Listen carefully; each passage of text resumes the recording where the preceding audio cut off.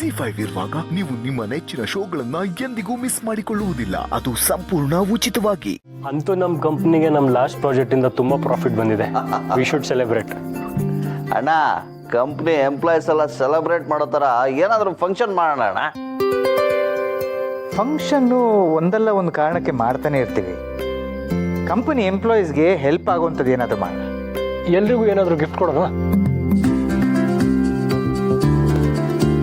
ಯಾ, good idea. Employees ಖುಷಿ ಆಗ್ತಾರೆ, next ಪ್ರಾಜೆಕ್ಟ್ಗೆ ಚೆನ್ನಾಗಿ ದುಡಿತಾರೆ. ಸರಿ, ಹಾಗಾದ್ರೆ ಹೇಗೂ ಗೌರಿ ಗಣೇಶ ಹಬ್ಬ ಬರ್ತಿದೆಯಲ್ಲ, ಹಬ್ಬಕ್ಕೆ ಎಲ್ರಿಗೂ ಗಿಫ್ಟ್ ಕೊಟ್ಟಕ್ಕಾಗತ್ತೆ. ಹಾಗಾದ್ರೆ ಏನು ಕೊಡ್ಬೋದು? ಎಲ್ರಿಗೂ ಒಳ್ಳೆ ವಾಚ್ ಕೊಡಿಸ್ಬಿಡೋಣವಾ?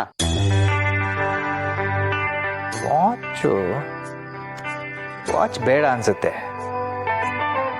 ಕೆಲವ್ರಿಗೆ ವಾಚ್ ಇಷ್ಟ ಆಗುತ್ತೆ, ಕೆಲವ್ರಿಗೆ ಆಗೋದಿಲ್ಲ.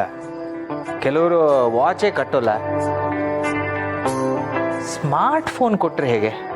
ಅಪ್ಪ, ಸ್ಮಾರ್ಟ್ ಫೋನು ಎಲ್ಲರ ಹತ್ರ ಇರುತ್ತೆ. ಒಂದು ಫೋನ್ ಇಟ್ಕೊಂಡು ಜನ ಅದರಲ್ಲೇ ಮುಳುಗಿರ್ತಾರೆ. ಇನ್ನು ಎರಡೆರಡು ಫೋನ್ ಕೊಟ್ಟರೆ ಯಾರೂ ಕೆಲಸನೇ ಮಾಡಲ್ಲ. ಅಥವಾ ಎಲ್ರಿಗೂ ಲ್ಯಾಪ್ಟಾಪ್ ಗಿಫ್ಟ್ ಕೊಟ್ರೆ? ಈ ರೀತಿ ಅದು ಇದು ಅಂತ ಕೊಡೋದ್ರ ಬದಲು ಸ್ವಲ್ಪ ದುಡ್ಡು ಕೊಟ್ರೆ ಅವ್ರಿಗೇನು ಬೇಕೋ ಅದನ್ನು ಅವರೇ ತಗೋಬಹುದಲ್ವಾ? ನೀವೇನು ಅನ್ಕೊಳ್ಳಲ್ಲ ಅಂದ್ರೆ ನನ್ಗೊಂದು ಐಡಿಯಾ ಇದೆ, ಹೇಳ.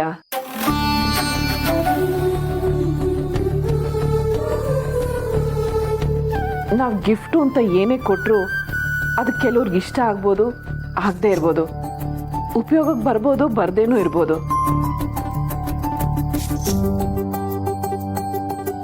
ಅದ್ರ ಬದಲು ನಾವು ಏನು ತಗೋಬೇಕು ಅಂತಿದೀವೋ ಅದಕ್ಕಾಗೋಷ್ಟು ದುಡ್ಡು ನಾವು ಅವ್ರಿಗೆ ಕೊಟ್ರೆ ಅವ್ರಿಗೂ ಖುಷಿ ಆಗತ್ತೆ, ಒಂದಲ್ಲ ಒಂದು ರೀತಿ ಅವ್ರಿಗೆ ಸಹಾಯನೂ ಆಗತ್ತೆ.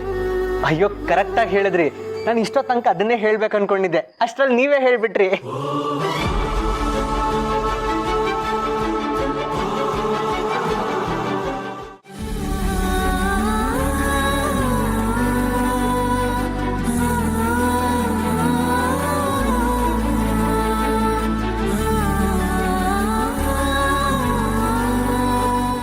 ಅದೇ ದುಡ್ಡೇ ಕೊರೋಣ ಅಂತ ನಾನು ಅನ್ಕೋತಿದ್ದೆ.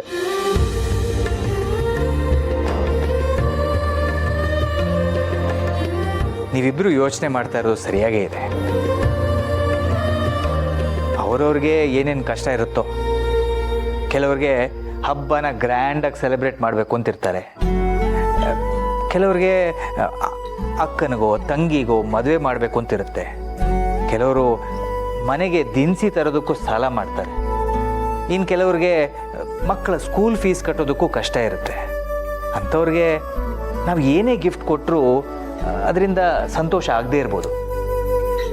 ಈ ಸಲ ದುಡ್ಡೇ ಕೊಡೋದು ಸರಿ ಅಂತ ನನಗೂ ಅನಿಸುತ್ತೆ.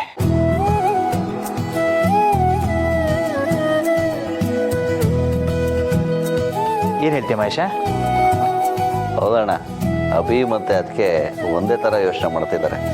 ಎಂಪ್ಲಾಯೀಸ್ಗೆ ಹೆಲ್ಪ್ ಆಗೋದು ಅದರಿಂದಾನೇ. ನನ್ನ ಕಡೆಯಿಂದ ಇದು ಓಕೆಪ್ಪ. ZEE5 ಆಪ್ ಡೌನ್ಲೋಡ್ ಮಾಡಿ ಎಲ್ಲಾ ಸಂಚಿಕೆಗಳನ್ನು ಸಂಪೂರ್ಣ ಉಚಿತವಾಗಿ ನೋಡಿ.